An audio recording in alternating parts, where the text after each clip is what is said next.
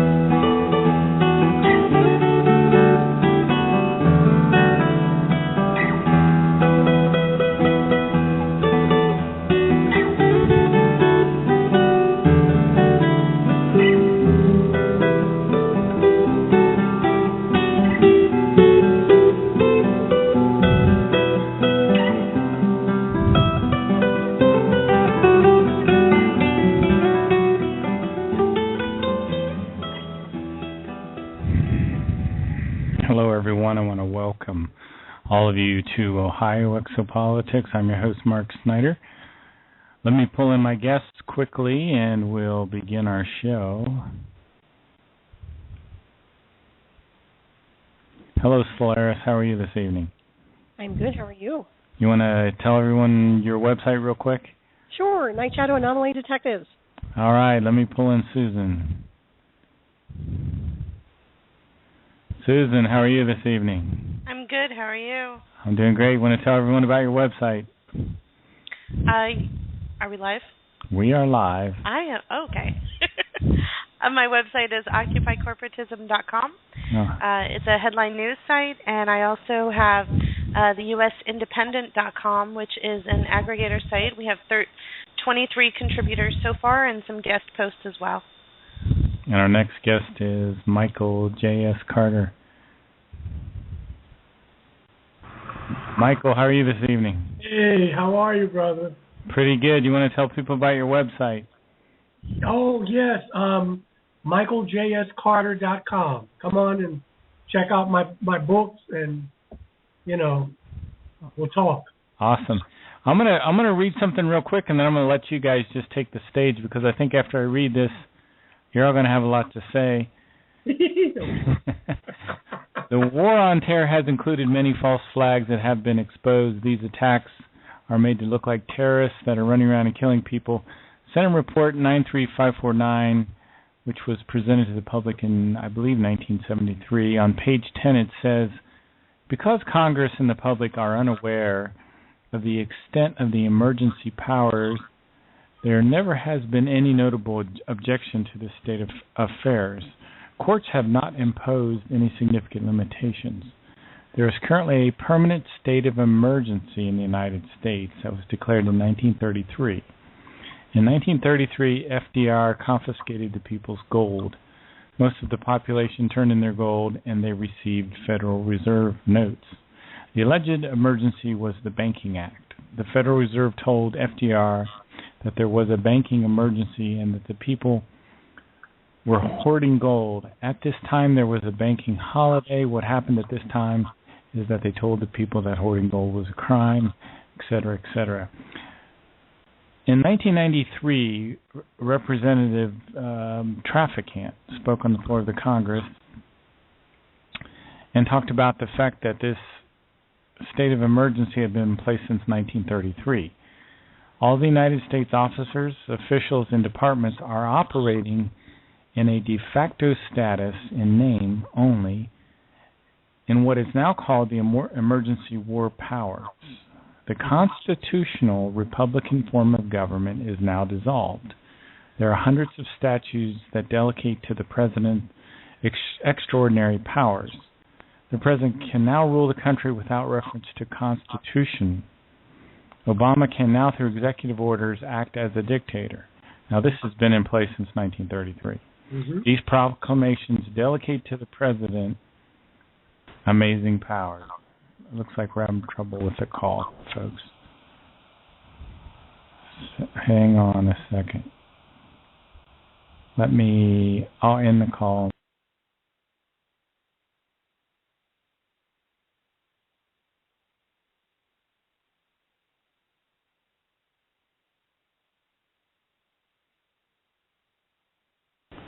Our call got interrupted, so I'm going to pull the guests back in here. Hopefully this will work out okay.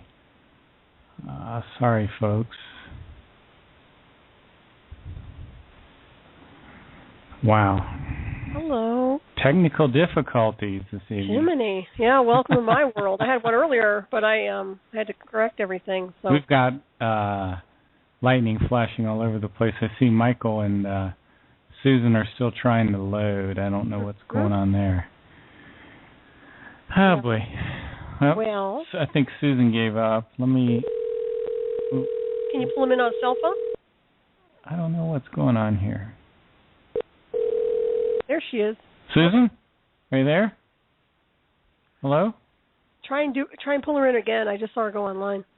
I think I accidentally hung her up. Oh, there she is. I'm here. Are you back? Yes. I may have hung you up accidentally. There's Michael. Michael, yes. Hi, how are you? We had a lot of. I think we're having an electrical storm here, so maybe it'll be a short show this evening. I didn't know if you guys were aware of you probably have heard of this before, but the Emergency Powers Act is in effect, and it probably explains really what's going on right now, I think. Yeah, it's very troubling. I mean, just what happened yesterday, the Supreme Court's decision about birth control in women. I usually try not to get in arguments with people on Facebook because it's like, please. But I had to type in something. C.S. Lewis said that when fascism comes to the United States, and he didn't say if, he said when it comes, it will come with the cross wrapped in the American flag. And I'm looking at my nation, and I'm saying, boy, I mean, they're not even hiding the fact that this is not a democracy. They're not even, it's just blatantly out there. We are an empire. Yeah. And people don't want to hear that kind of thing. It's treasonous. But I mean, we have 127, 139 military bases all over the planet. That's not democracy. That's empire. And so my daughter, who's 8, because of what happened on September 11th, which we could argue that we know this was going to happen and did nothing, that was the catalyst. She will grow up in a country that will always be at war. She will always live in a country that is at war because terrorism is so nebulous. The word itself, you can't fight an idea. I mean, Nietzsche says, is it Nietzsche or Victor Hugo? Nothing is more powerful than an idea whose time has come. And it's very sinister. I'm not an ostrich. I don't say everyone has to sing Kumbaya. But and these things are going on right underneath our noses. Very well said, Michael. Susan, do you have any comments? I'm just floored. Yes. There's no words for this kind of stuff. My personal opinion is, regardless of what your religious beliefs are, your boss's religious beliefs should not dictate whether or not you get health care, in whatever fashion that is. And I see a lot of talk about irresponsible, pregnancies, and, if a woman can't manage her reproductive organs, then how could she manage her job? I've seen all sorts of memes going out there. It's incredible. But I just, on an overall overhead looking down, why does one religion get to dictate what happens to people? I thought that we were a free society. I know that we're not. I say that tongue in cheek, but this is I'm floored. I'm flabbergasted. Evidently, the Constitution has legally been suspended since 1933 when this Emergency Powers Act came in. And that's why all these presidents have been able to do all this stuff. And it's just gotten so flagrant in the past couple precedents that people are starting to wake up. Solaris, do you have any comment? Oh, hi, I was muted. Well, I agree with both Michael and Suzanne. I think the whole thing is insane, and it looks like we've lost our freedoms here in this country. And of course, this has been going on for a long, long time. I think it's just blatantly obvious now to at least many of us who are awakened to it. And there's still people that are being swept away. I mean, they're literally not paying attention. So, but I find it just ridiculous, and at this point, we just need to restructure the entire system. I think most people are still asleep. Mm-hmm. I don't know if you feel that way too, but I think most people are still asleep and they haven't quite figured out how far things have gone. Michael, what do you think of that? But I think it's, how can I say? I think it's the best of times and the worst of times, and I'm a pragmatist, so there are a lot of people who are still asleep. No question. I mean, you can look at some of our reality shows and see the ratings and see how people are still asleep. But there are a lot of people waking up to this kind of thing. I say, and, this is just my opinion, that the reason that we're not in Syria to get the oil that's in that area, well, we have enough oil. There's no oil crisis. It's all manufactured. But it's because the powers that be know that they would have to sell us on another war. They would have to sell the American people, why are you sending my daughters and my son to fight another war? And that's because people are more awake. Any other time, we'd have pushed this thing through, and we would have had boots on the ground. Now, we've gone from 300 special forces to, I think someone said, around 800. Okay. Special forces are in wars long before that they even let us know that they're there, if at all. But I do think there's a consciousness awakening. I do think people are talking about the artificial food. It's slow, but it is happening. And sometimes I think, when I got to my church, I knew there were going to be some people who didn't like me and they were going to leave. There was going to be some type of attrition. And a lot of people were anxious about that because we're a small church. We're growing, but we were small. But, sometimes you have to account for that. There are going to be some people that are always going to be asleep. And we have to just say, so be it. But we want to focus on those who are awake. It's quantum physics. What you focus on, you create. And so I'm not talking about having blinders on, but I find that there are more and more people, at least in my neck of the woods, who are saying they may not even know what it is. They may not care about Tea Party politics, but maybe it's the chemtrails. Maybe it's what's going on with our Governor McCrory and the Moral Mondays we're having here. They're taking a stand on an issue. And it may not be the issue that's near and dear to my heart, but we don't have to think alike to love alike. And so the masses are awakening. Otherwise, let me tell you, man, we would have been in Syria. We would have been in the Ukraine by now, and it would have just been, look, this is all in the name of our national security. So I do think that people are slowly, that was a long-winded diatribe, but that there are some people who are saying there's something rotten in Denmark. I don't know what it is, but there's something that doesn't smell good here. You feel free to jump in, anybody, at any time. Hi there. I was muted. No, I agree with Michael. I think there's some strangeness afoot, but I also see it as not just on this linear realm. I mean, we're dealing with a multidimensional shift. So whatever's happening here is almost as if it's reaching its maximum, and then it has to kind of implode and collapse in order for higher consciousness to descend onto the world. So I do see it on a multidimensional perspective. I mean, I believe this has to go away, and the only way for it to go away is to be awakened to it. I mean, that's the bottom line. Yeah, it's a great point, Solaris. Yeah, the consciousness is changing, but it's scary, and you're going to have people clinging on for dear life, whether they're in the House, the Senate, or whether they're down the street from you. And I say this to you, Mark, and I say it to Solaris. I don't know, Ms. Posel, I don't know if she has a radio show, but never underestimate the impact you two make, because people tune in and they listen. And I don't know, there's an old quote, I don't know who said it, but once you stretch a person's mind, it's hard for it to go back to where it once was. And, I think we want to keep that in mind, people listening tonight. Even if they don't agree, it's getting the energy going. It's getting something going that people are starting to think. Now then we have to go from thinking into action. That's the next step. But the first step is, as the Buddha says, you have to be awake. And our government is really, and it may take these kinds of things for people to wake up. It's okay when it happens to somebody else. But people are starting to wake up.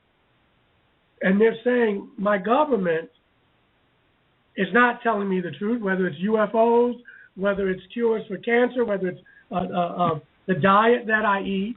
Yeah. But they may not know how to respond because, quite frankly, this is overwhelming stuff. It's very overwhelming. Susan, this is kind of your area of expertise, so I'm just waiting to hear what you have to say. Well, we have a whole generation called the millennials, and they started in about 1980.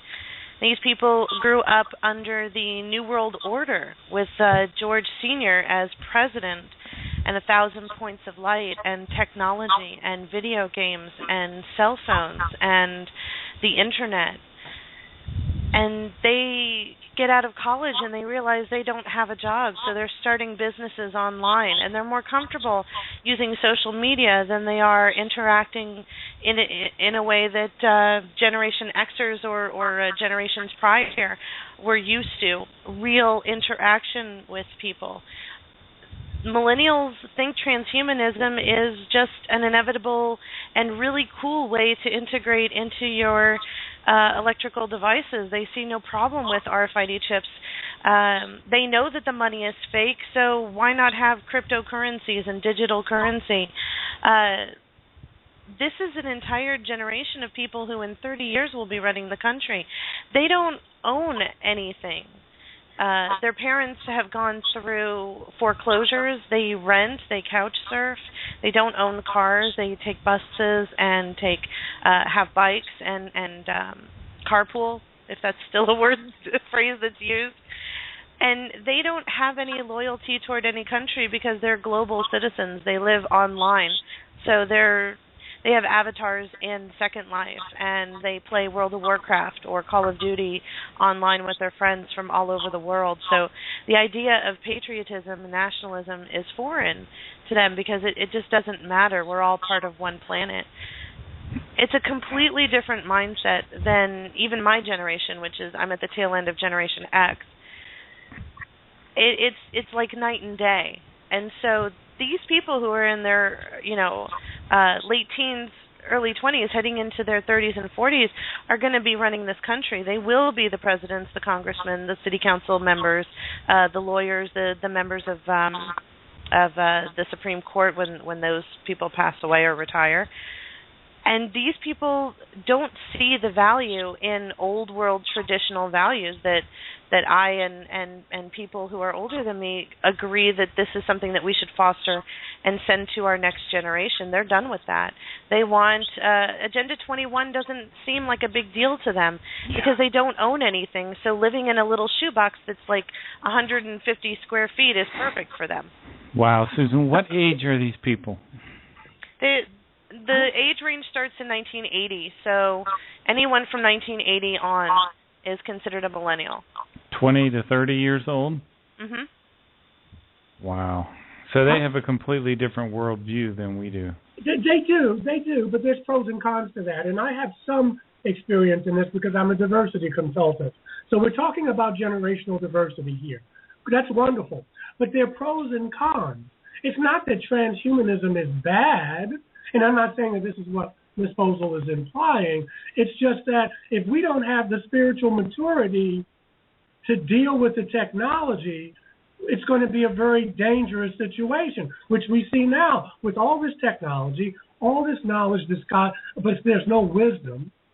And so if you have someone who is raised with instant gratification because of technology, then what kind of leaders are they going to be? Tradition is not bad. We learn from our mistakes in tradition, and we take we glean those lessons, and we move on. But the younger generation, it's wonderful to say, I see no boundaries on the globe, and let's sing Kumbaya, and that's not what Ms. Bozel's saying. But the other thing there is, with the younger generation, if there's no sense of history, and if you don't know how power works, because you don't have, I want to sing Kumbaya too, but there are power dynamics that whether you agree with them or not, one must be able to recognize. One must be able to be comfortable with power, whether it's political power, whether it's personal power. And so how do we harness this the ingenuity of our younger generation? How do we harness that freshness and get them to see that, yes, there are dynamics that you have to know about in order to move forward if you're going to be a leader? Because technology in and of itself is not the answer. It seems like things are moving so fast, I can't even keep up. Yeah, I agree. I feel overwhelmed. Time has speeded up. Yeah. It is overwhelming. And so what do we do to make the changes? Well, what is doable? And that's rhetorical. Maybe we have to do bite-sized things. I have people, friends who are activists in many different categories. And so whether it's battling this new way of thinking where institutions are corporations or people. I mean, that'll keep you going. You can die and reincarnate and come back in 20 years, and you'll still be that may still be going on if we're still around in that amount of time. So what is doable? For me, I choose the religion and spirituality modality for me because of my contact experiences. Someone else, Ms. Posel, may work with the younger generation. Solaris may work. I mean, we all have gifts that we can use because you can't take this thing on hold. And some of the stuff that you're going to fight for, we may not live to be here to see. Myred, how are you? I'm good, thanks. How are you? I'm doing great. I'm sure you have, I always love you. You have such a unique point of view always. Do I? I think you do. Now tell everyone, you're. I know you're in the United Kingdom, but in a very specific area, right? Yeah, I'm in Scotland. We've got an awful echo. Has that been happening throughout the show? Yeah, I don't know what happened. We kind of got zonked there. We have a lightning. All right. Okay. You sound better. Go ahead. Okay. I'm in Scotland, so that's. So what we were talking about, I had opened the show up with something called the Emergency Powers Act, which I've heard of before, but I heard another radio show today that explained it even better. And in 1933, basically, an emergency was declared in the United States, and it was supposedly something to do with banking. And since then, we've really been in an emergency state in the United States since 1933, and I guess in the last couple presidencies, they've just become flagrant with completely ignoring the Constitution, and they can do that legally. And I think a lot of these politicians now, when they first start their job, they go into a meeting, and they're required to take some secrecy oath. So it looks like the call is screwed up again. Man, I'm going to have to hang up again.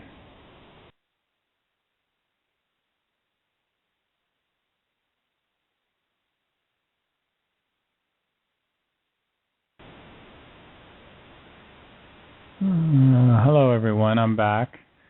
Trying to bring my guests back in. We're just having all kinds of technical issues this evening. I appreciate everyone for their patience. We've got Michael back. I'm back.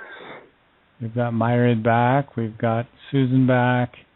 And we'll try to get Solaris back. And I was droning on about the Emergency Powers Act. That's probably why they cut you off. That's exactly why they cut you off. We all talk about something boring. We'll keep it short tonight. So I guess, we're all up in arms about our Constitution being violated, but I guess it's legally put on hold now. So Susan, since you're the journalist and I consider you like the expert, you have to start writing some articles on this now too. On the war power, the Emergency Powers Act. Well, go back to 1861. I mean, have we ever been lifted from Lincoln's martial law? I would assume we're not in martial law right now. No, we're not in martial law. Not yet. But that's one of the powers they can do under the Emergency Powers Act. And that's a good question, though. That's a good question. Because Lincoln did impose martial law, which was unconstitutional. But because we were at war, that's the thing. When you're at war, you can use anything to justify just about anything. It's crazy. Now, Susan, you've talked about the CNP. How does this fit into the CNP, or does it? Oh, well, Hobby Lobby is run by a member of the CNP, Mr. Steve Green. So, there you go, back to the other conversation. Wherever you see the red team or any elephants, then you have the CNP. So, since the 1980s, since 1981. But even before then, it was a growing idea, and I think it came to fruition with Reagan, how Reagan was, the greatest president.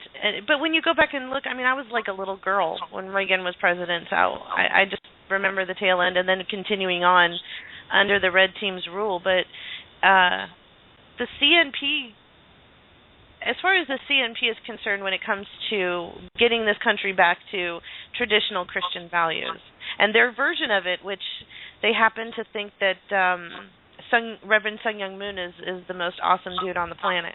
So I don't know how Christian their values are, but, however, they have been actively militarizing portions of our populace.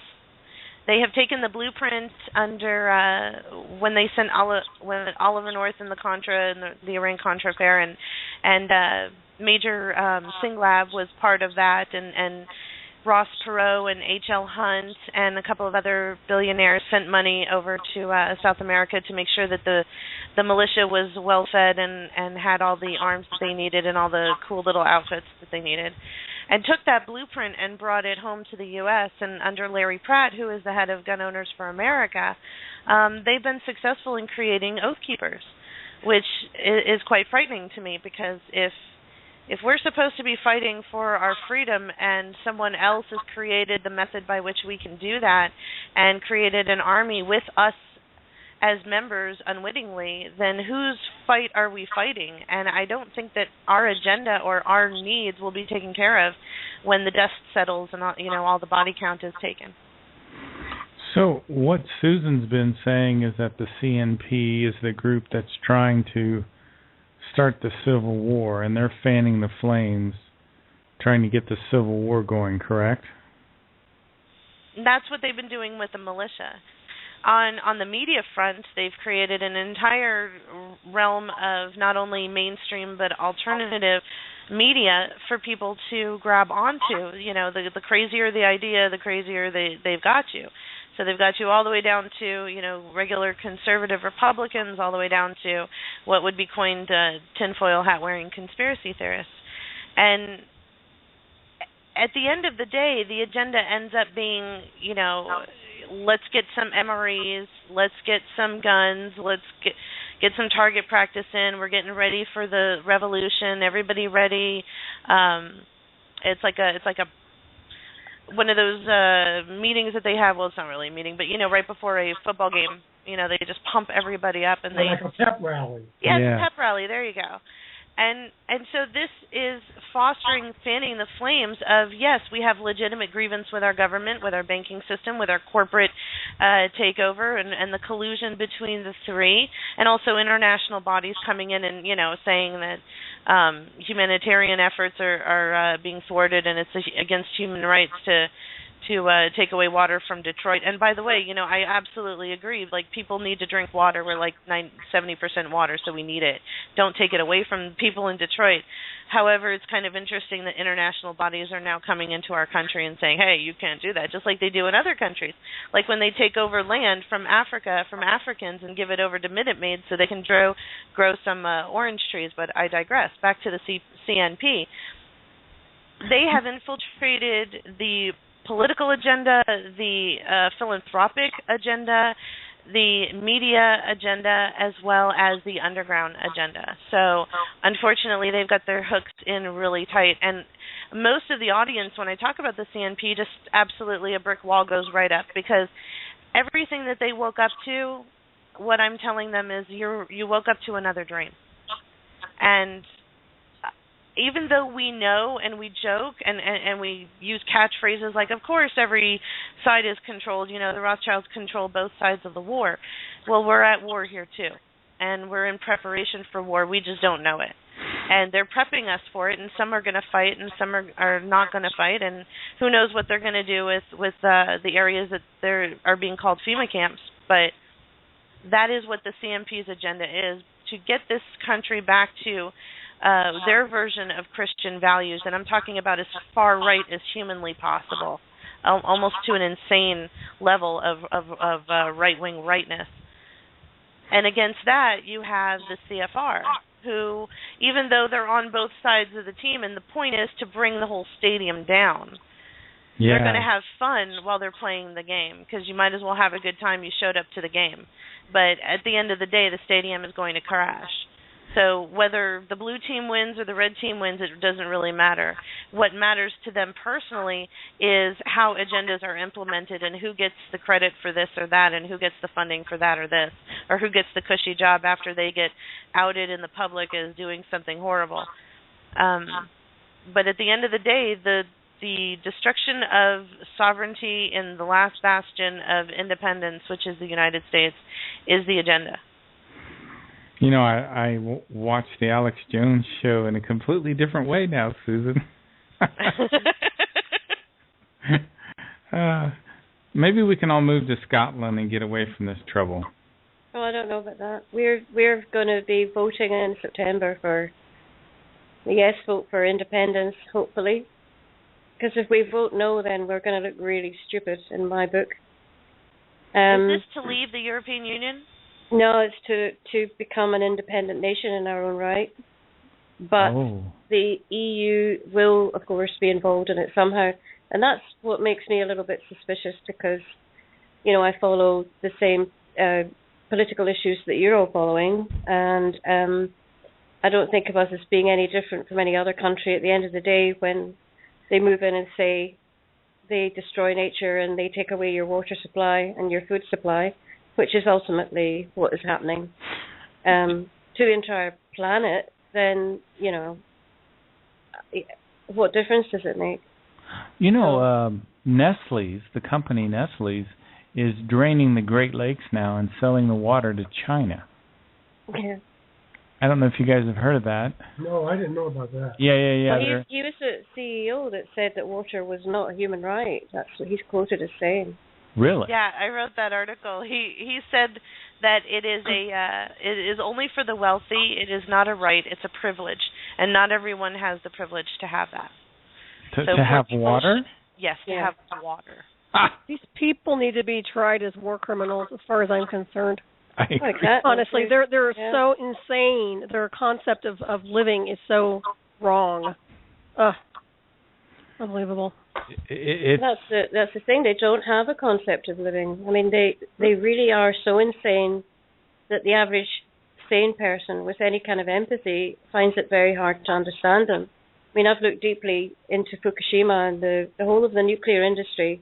You listen to enough interviews that have been given around that topic, particularly Lorraine Marie, and it is just incredible from the history of them splitting the atom right the way through total insanity. They knew what would happen with the testings that they've done over and over again, and they still go on with it. They still build nuclear reactors. They still have nuclear weapons. I mean, the fact that we're all still here is, as far as I'm concerned, nothing short of a miracle, really. What's interesting about nuclear power is it's so difficult to build those nuclear power plants, and it's so expensive. Yeah, because they're for making weapons. and we can do it with solar, and we can do it with wind. Yeah. And if we have to supplement a little bit with coal, I'd rather us do that than nukes. But there's no money in that. Yeah. Exactly. No, there's no money in that. Right. There's no money in it, and it's like the slow kill. If you want to reduce your population, I mean, I'm serious. I would not have wanted to look at it that way a year ago, but I do now because, particularly what's happening in Japan, it's unbelievable. It is so sickening to watch that unfold. And the mainstream media, they follow the story to a certain extent, but, Suzanne will probably know about this, you guys will probably know about this through reading it. You can see how they're filtering. The story is coming out now. Most people were saying, well, this is probably going to happen, 3 years ago. So it's like the filtering process is sort of releasing more and more. So it's like a drip feed. And now they can't cover up anymore. Now they're admitting to the lies. Now they're saying, oops, yes, that amount was released at that time, and we cannot clean it up. We're going to build an ice wall, but it's melting. So now we've got a big radiated lollipop thing.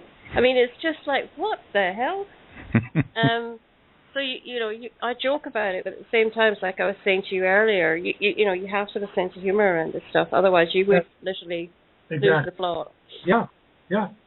Myra, what were some of those other links you were sending me earlier? More good news for us to ponder. Good news. Oh yeah, the Louisiana sinkhole. Tell us about that. It sunk. Okay. How big is it? Well, I don't know a huge amount about it. I've not been following the story other than no more so than anyone else really, probably. But it's huge. It just seems to have got bigger and bigger. But it's got worse just in the last couple of days. And that report that I sent you from Facebook, I think it was Radchick that posted it, was talking about the gas releases, and it's described as kind of almost volcanic activity there. So you've got this kind of melting pot of material that is just there, and that's going to get into the drinking water supply. So that's another thing that keeps happening with the fracking and all these other areas where they're doing this. Water keeps coming up as an issue, doesn't it? It's like you can see the water wars of the future. Yeah, I heard that literally about 5 years ago that we would be fighting not just over oil, but over water. On a planet that's 3/4 water. Yeah. There are going to be wars over this. Just the resources of the planet. And we can see where this is headed. What's the old thing? If you want to keep on getting what you get and keep on doing what you're doing. And it's almost mind-boggling. It's almost like we're rushing into this, like we want to destroy ourselves, like we want to destroy. It's alarming. What I'm getting as I'm listening to everyone speak, again, is that it's all happening so quickly that it's really literally impossible to keep tabs on it all. I think what's happening is that it's been going on for a long time, but it feels like the push is harder. I mean, it's incrementalism, but whether the stories are being picked up quicker, or whether that's to do with more people on Facebook or social media sharing them or whatever, I don't know. But I think when Fukushima happened, what interests me is that there was less coverage initially, but now there seems to be an awful lot more people on that story and really examining it. Do you guys, this is a little off topic, this is just the way my mind works, bear with me please. Do you know what the highest paid athlete is right now? No. This guy, his name is Miguel Cabrera. Mm-hmm. He's a baseball player.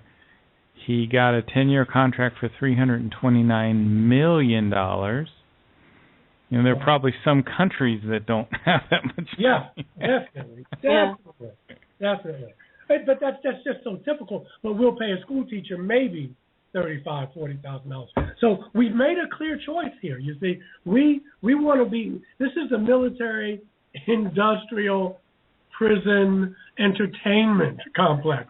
I mean, we've made, because if you can keep. I mean, Rome did this. If you can keep us entertained, if you can keep us with the circuses and the bread, it doesn't matter.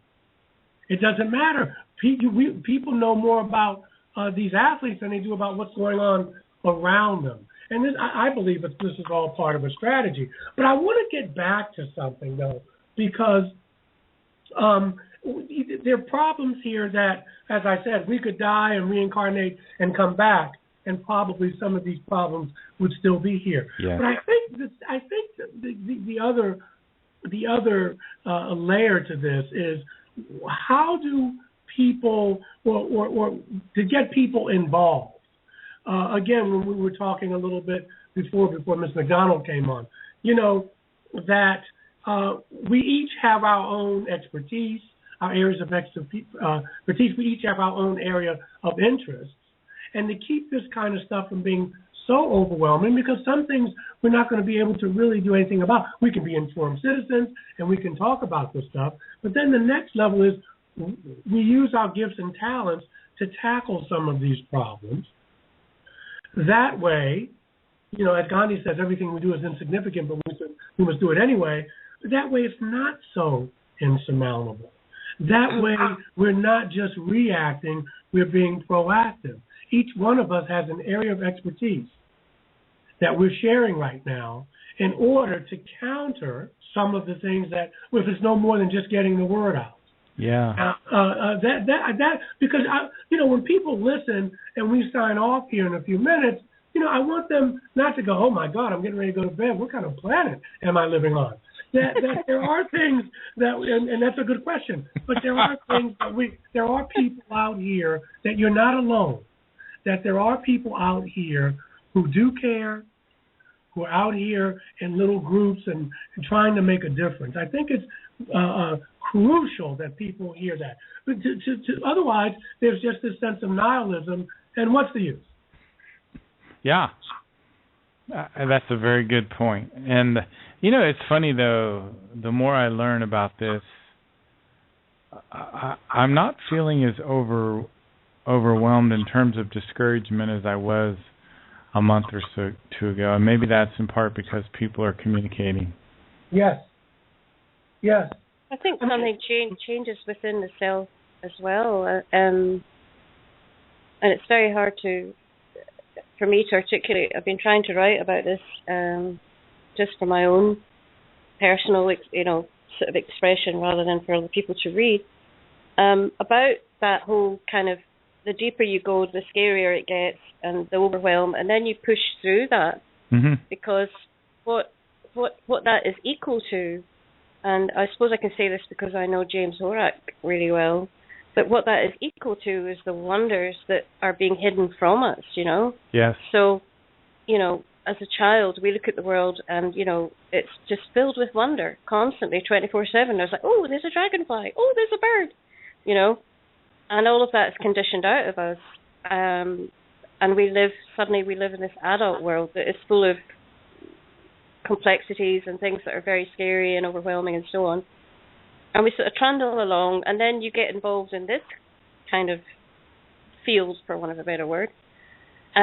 If you get political or active in any way, or if you look at UFOs or any of these other topics, and that sense of wonder comes back, but then you have to take it with the other stuff, which is pretty dark. So it all becomes like this incredible quagmire of information. So it's finding your way through that and retaining that passion for the sense of wonder that they're essentially hiding from us. There's this other reality that we're not going to get to see or know about. But we're beginning to understand more about that and be shown more of that. So I suppose I use the information that's come my way to show that to other people in the hope that they'll have that sense of wonder and understand the passion behind the fight for this earth. Because to me, it's nothing less than that. It's a war on nature, a war on us, and we have to be alert, and we have to fight for it, whichever way we can. Myra, do you have a website yet? No. Have you started writing your book yet? What book? Am I writing a book? I think you need to. I see it in your future. I'm getting a vision. I'm getting a vision now. Yes, you're going to write. Well, I like people that get a vision. That's great. You see me winning a lottery in the future? Yeah. I'm here and there. I'm on Facebook, and I should get a website. I've got a Facebook page for trying to sell my artwork that I do, but my brother's going to help me build a website, so that will probably have that about 20 years' time. 20 years. Before we run out of time, I just have to ask Michael how the filming today went of Ancient Aliens. Oh, yesterday, yes. Well, it went really well. We are, I got out of there. We started at 9:30, and we finished at 12. I got to hang around in New York for a while. I haven't, I used to live there for almost 30 years. It went very well. The topics that we discussed were, oh God, I guess I'm telling tales out of school, but the topics we discussed were the flood stories around the world. Was Noah either part E.T. or did have some type of E.T. connection? We talked about the Book of Enoch. We talked about the Catholic Church and transubstantiation. What does it mean what does the word resurrection mean? Can it be just bodily or spiritual? We talked about we did 4 shows. We did a show on the spiritual significance of caves. Obviously, there are a lot of cave stories in the Bible. Muhammad, when he was called to write the Quran, he was in a cave meditating. Of course, there are a lot of Buddhist stories about ascetics and monks in caves, but just what that means symbolically. And we talked about, so it was resurrection, it was the Book of Enoch, it was the flood stories around the world. I think that was it. We did 4 shows in like this record amount of time. I didn't see, everyone always asks me, did you see Giorgio and all the hair? He was still in L.A. Barry Downing, I'm going to see him at a conference at the Edgar Cayce Institute in October. He's supposed to be speaking. He and Eric Van Doniken, and I'll be there. But Barry Downing was there, but I left. I couldn't wait. He was on his way. I didn't want to wait another hour. It was such a beautiful day in New York, so it went really well. I'm surprised they got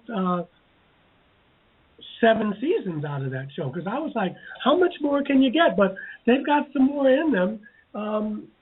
And we'll see. These should air in the fall. I'll let you know, Mark. I'll let everyone know, and you can let Mirad and Susan and I'll let Solaris know. I think they're going to air in November. Well, I've already started quoting you. I think it's the perfect thing I'm going to use again and again. That Jehovah was an ET with an anger management issue. I love. Oh my goodness! Yes, come on. That's some of those stories, man. I love that. He's a therapist. He's a therapist. A Gestalt therapist, probably. But yeah, I mean, I'm gonna, I get angry, I'm gonna drown everybody. I'm so angry, I'm gonna, I'm gonna ask someone to sacrifice their child. I'm so angry, I want you to go into that land and kill the men, women, and children. I mean, this is not a God. This person may have God-like powers, but that doesn't sound like some type of God I want to be around. I better ask your permission. I've used that already. Oh, please. I probably picked it up from somewhere too. But you read the Bible. I mean, I love the Bible. It's got some good stuff, and I don't want to toss it out. But when you look at this and you say, my goodness, what kind of God would ask you to kill all the firstborn babies to prove a point? Yeah. Yeah. Wow, what a world we live in. Is it? It's a beautiful world. Is it that we're waking up? I think so. You know what? I'm rereading Arthur C. Clarke's book, Childhood Ends. Childhood Ends. Have you ever read that book? It's about never. Oh my goodness. Well, basically, it's about the Earth, our planet, growing up and realizing we're not alone in the universe. Meanwhile, it's in the book. People wake up and there are these ships hovering over New York and South Africa and places like that. But it's all about how we, as a species, cope with the inevitable. But the title obviously insinuates that childhood is over. You have to grow up. Childhood has ended, and we have to grow up and be a mature planet, a mature species. It's a wonderful book. I recommend it. It's by Arthur C. Clarke, who did 2001: Space Odyssey. It's a good read. It's in paperback. I might have to do that. Solaris, you interviewed David Sereda tonight? No, actually, that was a replay because we had Skype issues, and I had to redo my entire Skype setup. So, yeah, I realize that. I don't know if you guys have been hearing this or not, but it's been breaking up every other word with everyone that I've been listening to. Now, Michael sounded pretty good. I know I've got a bad echo. Yeah, literally, I heard Michael okay, but it's been just really bad. I hope this file comes out okay. I just want to give you a heads up. Well, thanks. Susan, we're about 7 minutes left on the stream. I want to make sure everybody gets, again, a chance to talk about their website and all the stuff you got going on. Sure. My website is occupycorporatism.com. It's a news headline website, and I post about 4, 5, 6 articles a day, 6 days a week. And I also have the USindependent.com. It is a news site. We have 3 Juris Doctorate attorneys. We have Dr. Rima Libo and Ralph Fusatola also contribute. Several broadcasters, Vinnie Eastwood, Stephen Roberts, and Jack Blood, also donate their shows to our website. And we also have an opinion section with a new person going by the name Millennial Falcon. We're talking about natural health. We're talking about CBD. We're talking about things that you can do in your life that you can actually affect change. Not just, oh my God, the sky is falling, but okay, what do we do about this? How do we change this? The evidence that we need to fix the actual problems that are coming out of these crazy psychopathic schemes that they're pulling off. And that's about it. So what was the other website besides Occupy Corporatism? The USindependent.com. USindependent.com, and now people are posting radio shows up there? Yeah, we have 3 broadcasters. We also have a correspondent in the Middle East who reports back on what's going on in Yemen and in Libya. We have some international correspondents, Christoph Lehman, who also has a website, NSNBC, and he's in Deutschland, actually. And we have several people here in the United States, several broadcasters, international broadcasters as well. I wanted to run the gamut of good information because evidence and documentation of what's actually happening is important, because that is a problem that we can fix now. And we don't have to feel helpless. We got ourselves into this mess, but the good thing is there are actual problems and there are actual solutions, so we can get ourselves out of this. Awesome. I'm going to have to check that website out. That sounds great. Yeah. Does anyone want the last word? Myrid? Solaris? I just want to say thank you, and it's great to hear from everybody. Yeah, and nice to meet you all. This is You're here. Meet you too. You're here. These conversations give me hope. Yes. If there are this many people that want to change things for the good, I don't see why we can't change things for the better. We can. I like that attitude, man. Thank you so much, guys. I appreciate all you guys joining me this evening. Yes, brother. Thanks for having me. Ladies, peace be with you. All righty. You guys have Michael. Good night. All right. Thank you. Blessings to all.